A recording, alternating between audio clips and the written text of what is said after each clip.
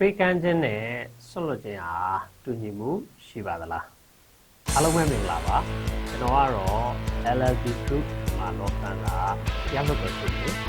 ဥအောင်လုပ်ဖြစ်ပါတယ်ကျွန်တော်လောပန်အနေနဲ့အများပြည်သူတွေသိထားတဲ့ဥပဒေဆိုင်ရာကိုဒီလိုမျိုးရဲ့ပြပါတယ်အဲ့တော့ပေးကမ်းခြင်းနဲ့ဆွတ်လွတ်ခြင်းကတူညီတယ်လို့ထင်ကြတဲ့သူတွေရှိပါတယ်ဒါကြောင့်မလို့လည်းပဲတချို့ပစ္စည်းတွေကိုပေါ့နော်ပေးကမ်းခြင်းပြုလုပ်ရမယ့်အစားဆွတ်လွတ်တဲ့စာချုပ်တွေပြုလုပ်ချုပ်ဆိုခဲ့ကြတာကိုတွေ့ရှိရပါတယ်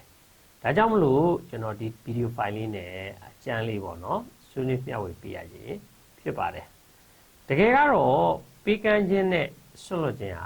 တူညီမှုမရှိပါဘူးဒါပေမဲ့လည်းပဲတချို့သောကိစ္စရပ်တွေမှာကပေးကမ်းလို့လည်းရတယ်ဆွတ်လွတ်လို့လည်းရတယ်ဒီလိုအခြေအနေတစ်ရက်ဖြစ်ပေါ်နေတဲ့ကိစ္စတွေရှိပါတယ်အဲ့လိုအခြေအနေမျိုးဆိုလို့ရှိရင်တော့ပေးကမ်းခြင်းထက်ပေါ့နော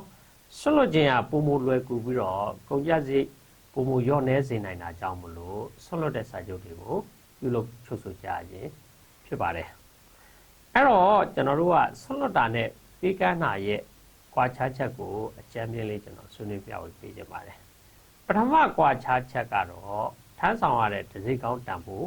့ကွာခြားချက်ရှိပါတယ်နော်လွဲပြောင်းတဲ့စာချုပ်ကိုချုပ်ဆိုမယ်ဆိုလို့ရှိရင်လွဲပြောင်းမဲ့ပစ္စည်းတန်ဖို့လည်း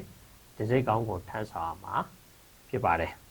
ဆွတ်လွတ်တဲ့စာချုပ်ကတော့ပစ္စည်းတန်ဖို့လည်းတစိကောင်းကိုထမ်းဆောင်စရာမလိုပါဘူးဒါပထမကွာခြားချက်ပေါ့နော်ပေးကမ်းခြင်းနဲ့ဆွတ်လွတ်ခြင်းမှာတစိကောင်းတန်ဖို့ကွာတာပါဒုတိယခြားနာချက်ကတော့မရွှေ့မပြောင်းနိုင်သောပစ္စည်းကိုပေးကမ်းရင်မဖြစ်မနေစာချုပ်ပြုလုပ်ချုပ်ဆိုရမယ်ပြီးတော့အဲ့ဒီစာချုပ်ကိုမှတ်ပုံတင်ရမှာဖြစ်ပါတယ်အဲ့တော့ပစ္စည်းကိုဆွတ်လွတ်မယ်ဆိုလို့ရှိရင်တော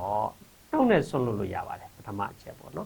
်အဲ့လိုနှုတ်နဲ့ဆွတ်လွတ်မယ်ဆိုလို့ရှိရင်တော့ကျွန်တော်တို့ကမှတ်ပုံတင်စရာမလိုပါဘူးအကယ်လို့ဆွတ်လွတ်တဲ့နေရာမှာစာချုပ်စာတမ်းတွေရေးသားချုပ်ဆိုပြီးတော့ဆွတ်လွတ်မယ်ဆိုရင်တော့သူကလည်းပဲမဖြစ်မနေမှတ်ပုံတင်ရမှာဖြစ်ပါတယ်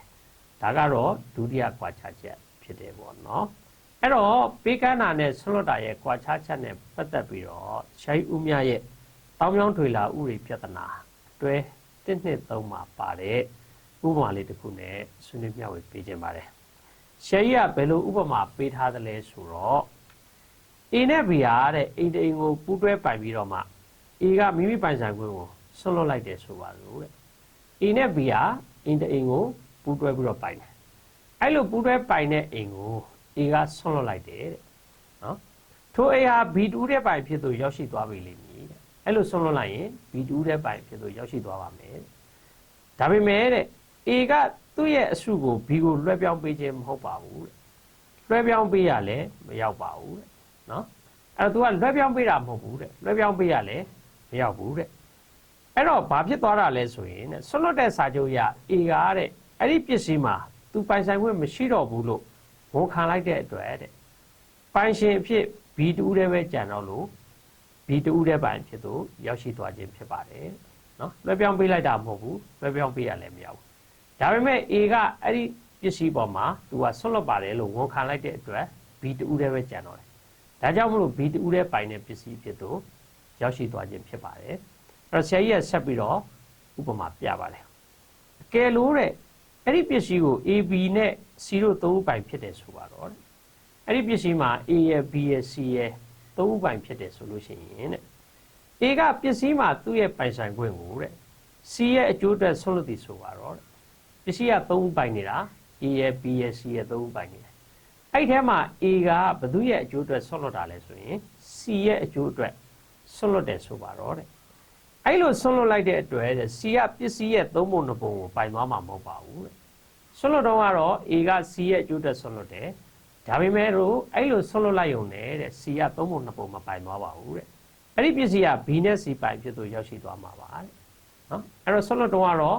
C အကျိုးအတွက်ဆွတ်လွတ်ပေမဲ့ရောက်သွားတာက B နဲ့ C ထံကိုနှစ်ဦးစလုံးထံကိုရောက်သွားပါတယ်အကယ်လို့ A ကသူ့ရဲ့ပိုင်ဆိုင်ခွင့်ကိုတဲ့ C ကိုရစေလိုတယ်ဆိုရင်တဲ့ပစ္စည်းလွှဲပြောင်းတဲ့စာချုပ်ကိုချုပ်ဆိုရမှာဖြစ်ပါတယ်အဲ့တော့ဟုတ်ပြီ A က C ကိုရစေချင်တယ်ဆိုရင်ဆွတ်လွတ်လို့မရဘူးတဲ့ဒီနေရာမှာနော်ပစ္စည်းလွှဲပြောင်းတဲ့စာချုပ်ပေးကမ်းတဲ့စာချုပ်ကိုပြုလုပ်ချုပ်ဆိုရမှာဖြစ်ပါတယ်ဆွတ်လွတ်ရင်တော့အကျိုးသက်ဆိုင်တဲ့သူတွေစီအားလုံးစီကိုရောက်သွားမှာဖြစ်ပါတယ်ပေးကမ်းတဲ့ဆိုရင်တော့ပေးခြင်းတဲ့သူစီကို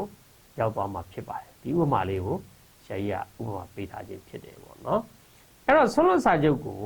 ဥတွဲအမွေဆိုင်နေဥတွဲပစ္စည်းပိုင်ဆိုင်သူတွေဂျားထဲမှာပြုလုပ်ချုပ်ဆိုလို့ရပါတယ်ကဲလို့အဲ့ဒီလိုပုံကိုယ်တွေဂျားထဲမှာပြုလုပ်ချုပ်ဆိုတာမဟုတ်ဘူးဆိုရင်အဲ့ဒီစာချုပ်ကအကျိုးသက်ရောက်မှုတစ်စုံတရာမရှိနိုင်ပါဘူးเนาะအဲ့တော့စီရင်ထုံးလေးတစ်ခုကြည့်ပါမယ်အဲ့ဒီစီရင်ထုံးကတော့1966ခုနှစ်မြန်မာနိုင်ငံတရားစီရင်ထုံးများစာ856မှုဖြစ်ပါတယ်เนาะဒေါ်ကြီးကြီးနဲ့နိုင်ငံတော်တစ်ထုတ်လို့ရေးအဖွဲ့ပေါ့เนาะအဲ့ဒီမှာဒေါ်ကြီးကြီးကအမှုဖြစ်တဲ့ပစ္စည်းတွေဟာလူပိုင်တဲ့ပစ္စည်းတွေဖြစ်ကြောင်းတရားစွဲပါတယ်အဲ့ဒီအမှုမှာဒေါ်ကြီးကြီးနဲ့ဥပချစ်တို့ဟာအစ္စလာမ်ဘာသာဝင်လင်မယားတွေဖြစ်တယ်ပေါ့เนาะပြီးတော့အဲ့ဒီအချင်းဖြစ်ပစ္စည်းဟာဘုလားကဥပချစ်ပိုင်တဲ့ပစ္စည်းဖြစ်ပါတယ်အဲ့တော့ဥပချစ်ပိုင်တဲ့ပစ္စည်းကိုဒေါ်ကြီးကြီးရပေါ့เนาะအမှုမှာအဲ့ဒီပစ္စည်းနဲ့အဆောက်အုံကိုဥပချစ်ကသူ့ကိုတဲ့ဆွန့်လွတ်ထားကြောင်းเนาะဆွန့်လွတ်ပေးထားကြောင်းတင်ပြပါတယ်ဒါပေမဲ့လို့အစ္စလမ်တရားဥပဒေအရဆိုလို့ရှိရင်အဲ့ဒီပစ္စည်းတွေအပေါ်မှာဒေါ်ကြီးကြီးကအကျိုးခံစား권မရှိပါဘူးတနည်းအားဖြင့်ပြောမယ်ဆိုရင်အဲ့ဒီအဆောက်အုံဟာလင်မယားဥပိုင်တဲ့ပစ္စည်းမဟုတ်ပါဘူးဒါကြောင့်မလို့ဥပချစ်ကဆွလွတ်တဲ့စာချုပ်ချုပ်ဆိုပေးခဲ့စေကမူပေါ့နော်ဒေါ်ကြီးကြီးပိုင်ပစ္စည်းအဖြစ်သို့ရောက်ရှိသွားခြင်းမရှိဘူးလို့ဆုံးဖြတ်ပြီးတော့ဒေါ်ကြီးကြီးရဲ့အမှုကိုဖတ်လိုက်ပါတယ်ဒေါ်ကြီးကြီးအမှုရှုံးသွားတယ်ပေါ့နော်အကယ်လို့ဥပချစ်ဟာဒေါ်ကြီးကြီးကိုပိုင်စေခြင်းနဲ့ဆိုလို့ရှိရင်နော်ပေးကမ်းခြင်းစာချုပ်ပြုလုပ်ချုပ်ဆိုပြီးတော့ပေးရမှာဖြစ်ပါတယ်ဒါဆိုလို့ရှိရင်ဒေါ်ကြီးကြီးပိုင်ပစ္စည်းဖြစ်သို့ရောက်ရှိသွားနိုင်ပါတယ်အကယ်လို့အဲ့လိုမဟုတ်ဘူးမူလကတည်းကအဲ့ဒီအဆောက်အုံဟာဥပချစ်နဲ့ဒေါ်ကြီးကြီးတို့လင်မယားဥပိုင်ပစ္စည်းဖြစ်ခဲ့မယ်ဆိုလို့ရှိရင်လေဥပချစ်အနေနဲ့ဆွတ်လွတ်ပေးလိုက်မယ်ဆိုရင်ဒေါ်ကြီးကြီးတူးတဲ့ပိုင်ပစ္စည်းဖြစ်သို့ရောက်ရှိသွားနိုင်ပါတယ်ဒါပေမဲ့လည်းပဲအဖို့မှာကအဲ့ဒီပစ္စည်းဟာဥပချစ်တူးတဲ့ပိုင်တဲ့ပစ္စည်းဖြစ်ပါတယ်အဲ့တော့ဒေါ်ကြီးကြီးဟာပူးတွဲပိုင်ဆိုင်တဲ့သူမဟုတ်ဘူးအကျိုးသက်ဆိုင်သူမဟုတ်တဲ့အတွက်ဥပချစ်ကအဲ့ဒီပစ္စည်းကိုဒေါ်ကြီးကြီးအတွက်ဆွတ်လွတ်ပေးခဲ့တယ်လို့ဆိုစီကမူပေါ့နော်ဒေါ်ကြီးကြီးဟာအဲ့ဒီပစ္စည်းကိုမရရှိပါဘူးအဲ့တော့ကျွန်တော်ဒီဏိဂုံးချုပ်အနေနဲ့ဆွေးနွေးမျှဝေပေးရမယ်ဆိုရင်ပေးကမ်းခြင်းနဲ့ဆွတ်လွတ်ခြင်းဟာတူညီမှုမရှိပါဘူးဆွတ်လွတ်ခြင်းပြုလုပ်မယ်ဆိုလို့ရှိရင်အမွေဆိုင်တွေပူးတွဲပိုင်ဆိုင်တဲ့သူတွေကြားထဲမှာပြုလုပ်ချုပ်ဆိုလို့ရပါတယ်အကျိုးသက်ရောက်မှုရှိနိုင်ပါတယ်ဆွတ်လွတ်တဲ့နေရာမှာနံပါတ်1ချက်ကနှုတ်နဲ့ဆွတ်လွတ်လို့ရပါတယ်နှုတ်နဲ့ဆွတ်လွတ်ရင်လည်းတရားဝင်အတည်ဖြစ်ပါတယ်ဒုတိယကတော့စာချုပ်စာတမ်းပြုလုပ်ပြီးတော့မှเนาะဆွတ်လွတ်လို့ရပါတယ်အဲ့တော့အဲ့လိုဆွတ်လွတ်ရင်မှတ်ပုံတင်ရပါမယ်ပေးကမ်းခြင်းကတော့အမွေဆိုင်နဲ့ပူးတွဲပိုင်ဆိုင်သူတွေကြားထဲမှာပဲဖြစ်ဖြစ်အကျိုးမသက်ဆိုင်တဲ့သူတွေကြားထဲမှာပဲဖြစ်ဖြစ်ပြုလုပ်ချုပ်ဆိုလို့ရပါတယ်မှတ်ပုံတင်စာချုပ်ပြုလုပ်ချုပ်ဆိုရပါမယ်နောက်ပိုင်းမှာတော့ကျွန်တော်သက်ဆိုင်ရာခေါင်းစဉ်လေးတစ်ရက်နဲ့ဆက်လက်ဆွေးနွေးမြောက်ပေးသွားပါမယ်ဒီဗီဒီယိုလေးကိုကြည့်ရှုခဲ့တဲ့သူအားလုံးကိုအထူးပဲကျေးဇူးတင်ပါတယ်